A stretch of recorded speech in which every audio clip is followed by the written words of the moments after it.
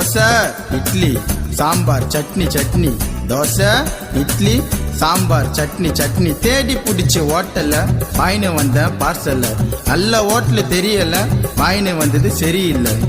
தோசை இட்லி சாம்பார் சட்னி சட்னி, தோசை இட்லி சாம்பார் சட்னி சட்னி. போட்டு கடா தட்டை எத்து 5 பூரி, விட்டு கடா வைத்து உள்ள வாரி வாரி.